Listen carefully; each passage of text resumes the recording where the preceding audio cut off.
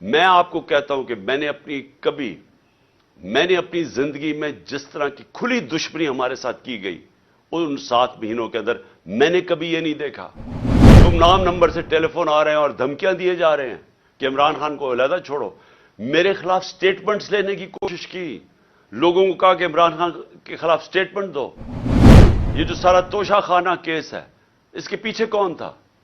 کون ان کو پکڑ کے یہ لوگوں سے سٹیٹمنٹس دلوا رہا تھا؟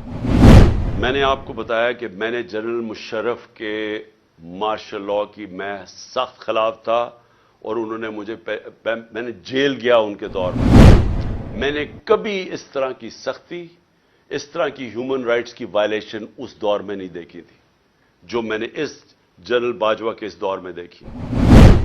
اور تو چھوڑے جو کہ جس طرح انہوں نے اعظم سواتی سے کیا ہے, مجھے تو حیرت ہوتی ہے کہ کیسے کسی ایک سینیٹر کیسے اسے صرف ایک ٹویٹ کے اوپر, کیا ٹویٹ یہ اس نے کی کہ جنرل مشرف نے NRO 2 دیا؟ سارا پاکستان جانتا ہے کہ جنرل مشرف نے جنرل باجوہ نے NRO 2 دیا, مشرف نے NRO 1 دیا, سب کو پتا ہے.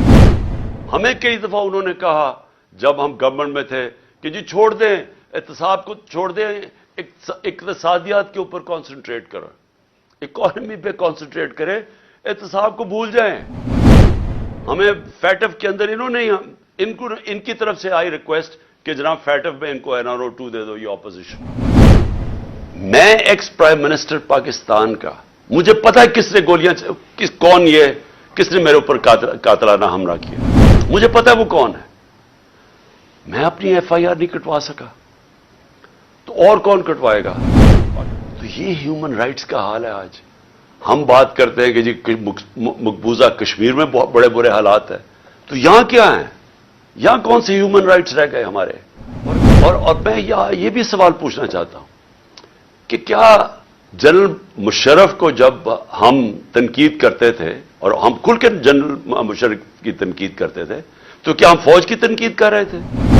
سب کو پتا تھا کہ جنرل مشرف کی ہم تنقید کر رہے ہیں, ہم فوج کی نہیں. قوم فوج کو پیار کرتی ہے کیونکہ قوم کو پتا ہے کہ ہمیں وہ آزاد رکھنے والی ہماری فوج ہے.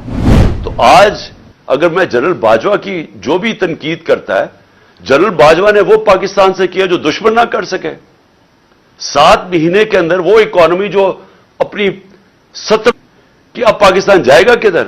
لوگوں ہمیں تو یہی نہیں سمجھ آ رہی کہ اب اس میں سے نکالے گا کیسے کوئی. اور میں آپ کو پھر سے یہ کہہ دوں کہ میں یہ باتیں اس وجہ سے, یہ قاتلانہ حملہ میرے اوپر ہوا تھا میرا منہ بند کرنے کے لیے. یہ منہ نہیں بند ہونے لگا. یہ جب تک میں زندہ ہوں میں اس ملک کے لیے کھڑا ہوں گا, اس ملک کی آواز بلند کروں گا. میں کسی صورت اپنی آواز بند نہیں کرنے لگا. اور میں یہ چاہتا ہوں کہ اگر کوئی ادارے کے اندر کالی بھیڑے ہیں تو ادارہ اپنا وقار اونچا کرتا ہے جب ان کے اگینسٹ ایکشن لیتا ہے. یہ نہیں کہ جو بات کرتا ہے ان کے اوپر کارروائی شروع کر دے, جو کہ اعظم سواتی سے خاص طور پہ ہوا. تاثر دیا جا رہا ہے کہ جناب ہم چاہتے ہیں کہ ملک کی اسٹیبلشمنٹ ہماری مدد کرے. میں قطعی طور پہ یہ نہیں کہہ رہا کہ اسٹیبلشمنٹ ہماری مدد کرے. میں یہ چاہ رہا ہوں کہ اسٹیبلشمنٹ نیوٹرل ہو. میں اس لیے چاہ رہا ہوں اسٹیبلشمنٹ نیوٹرل ہو کہ اسٹیبلشمنٹ کا وقار اوپر جائے. جنرل باجوہ کے دور کے اندر اسلحہ عوام اور اسٹیبلشمنٹ کے بیچ میں فاصلے بڑھ گئے.